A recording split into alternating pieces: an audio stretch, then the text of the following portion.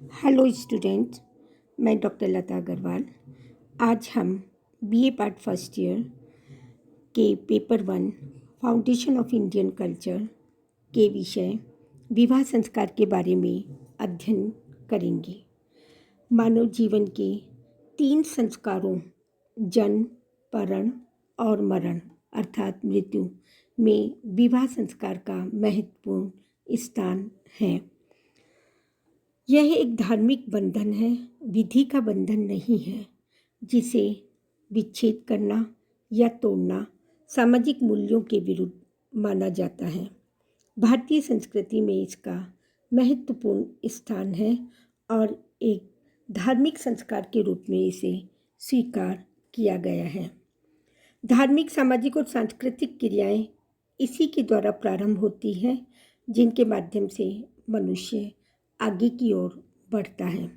भारतीय हिंदू समाज में विवाह मात्र शारीरिक संबंधन का प्रयोजन न बनकर संतान उत्पत्ति का धर्मगत आधार भी बनता है तथा धार्मिक अनुष्ठानों को पूर्ण करने में इसका महत्वपूर्ण स्थान है। कोई भी धार्मिक कार्य बिना पत्नी के संभव नहीं है, इसलिए वह धर्मपत्नी या सहधर्मिणी होती है।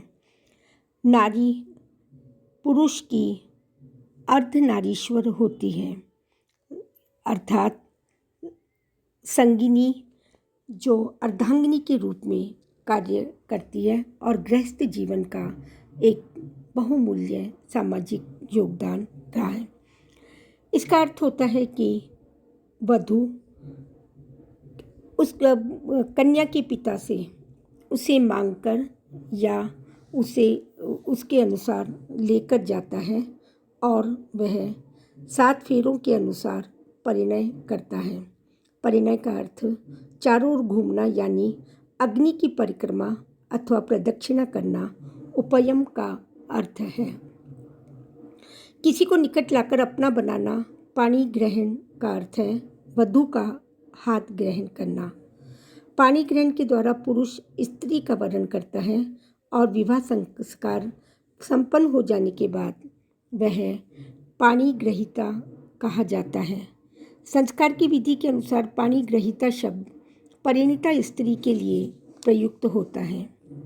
विवाह का उद्देश्य धर्म का पालन करना, पुत्र की प्राप्ति करना विवाह का प्रधान उद्देश्य माना गया है। इसका समाज में अत्यधिक महत्व है और पत्नी के रहते हुए वह परिवार समाज में अपना मुख्य स्थान प्राप्त कर सकता है। विवाह का दूसरा उद्देश्य पुत्र प्राप्ति है। पाणी ग्रहण उत्तम संतान के लिए होता है। पुत्र उत्पन्न होने से पिता अमर हो जाता है, पुत्र से ऋण मुक्त होता है, संसार से पार करने की नौका मानी गई है। वह किए गए यज्ञों के माध्यम से अपने परिवार और समाज का उद्धार करता है। विवाह के उद्देश्यों में दोनों को शालीन और सदाचारी माना गया है, जिसके अंतर्गत वह परिवार के साथ साथ एक ऐसा पवित्र बंधन जो परिवार के उत्तरदायित्व और कर्तव्यों का निर्वहन करता है। विवाह का निर्धारण समाज की परिस्थितियों के अनुसार उत्तम कुल के पुरुष और स्त्री के अनुरूप होता है। समाज में विवाह संस्कार संपन्न करने के लिए अनेकों आचार और विधियों का अनुसरण किया गया है। विवाह 8 प्रकार के माने गए हैं। ब्रह्म विवाह, इस प्रकार के विवाह को उत्तम कोटि का माना गया है, जिसके अंतर्गत कन्या के विवाह का उत्तरदायित्व उसके पिता अथवा अभिभावक पर होता है, जो कन्या के लिए सुयोग्य चरित्रवान वेदज्ञ वर की तलाश कर विधिपूर्वक कन्या को वस्त्र आभूषणों से सुसज्जित कर उसे सौंपता है। देव विवाह, कन्या का विवाह करने के प्रयोजन से कन्या का पिता यज्ञ का आयोजन करता है। जो व्यक्ति उस यज्ञ को विधिपूर्वक संपन्न करता है, उसी से उस कन्या का विवाह कर दिया जाता है। आर्ष विवाह में वर पक्ष से एक गाय और एक बैल की 2 जोड़ी लेकर विधि पूर्वक कन्या का दान किया जाता है। प्राजापत्य विवाह में ब्राह्मी विवाह के अनुरूप इसके अंतर्गत वर की विधि पूर्वक पूजा करके कन्या का दान किया जाता है। गांधर्व विवाह, प्रेम विवाह अथवा प्रणय विवाह, जब युवक युवती परस्पर प्रेम वर्ष काम में वशीभूत होकर अपनी माता पिता की उपेक्षा कर विवाह करते हैं तो वह गांधर्व विवाह की संज्ञा में आता है।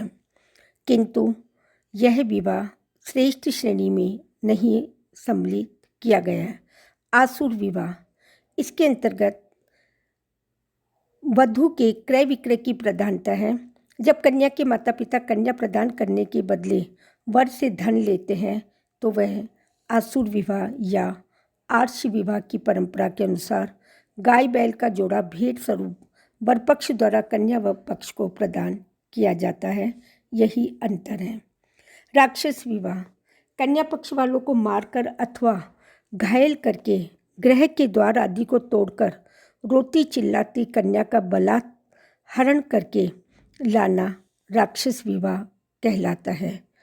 पैशाच विवाह 8 प्रणालियों में से सबसे निम्न कोटि का विवाह है।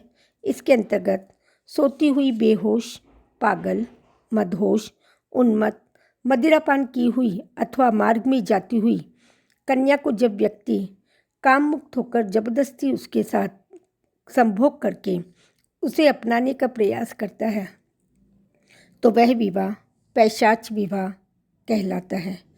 इस प्रकार स्वयंवर विवाह भी प्रचलित था। वधू स्वयं अपने वर को चुनाव करती थी और यह प्रथा शासक वर्ग में अधिक प्रचलित थी। इसके अतिरिक्त अंतर्जातीय विवाह, अनुलोम जिसमें पुरुष अपने से नीचे वर्ण की कन्या, प्रतिलोम जिसमें पुरुष अपने ऊंचे वर्ण की कन्या से विवाह करता है। इसी प्रकार वैदिक काल में नियोग प्रथा पति की मृत्यु के बाद अपने संतान उत्पत्ति के लिए देवर के साथ विवाह करना या विधवा का पुनर्विवाह होना तथा इस प्रकार विवाहों के माध्यम से मानव समाज उन्नत और विकासशील होने लगा। विवाह विच्छेद की परंपरा के अनुसार वैवाहिक संबंध में सामाजिक, धार्मिक, वैधानिक रूप से जो समाप्त कर दिया जाता है उसके पीछे भी कुछ कारण अंतर्निहित होते हैं। इस प्रकार अपने परिवार समाज को उन्नत बनाने के लिए वर वधू या पति पत्नी का जन्म जन्मांतर का जो संबंध होता है उसके अंतर्गत विवाह एक भारतीय संस्कृति का ऐसा महत्वपूर्ण संस्कार है जो परिवार और समाज को जोड़े रखने या विकास की ओर अग्रसित करने में अपनी महत्वपूर्ण भूमिका निभाता है। धन्यवाद।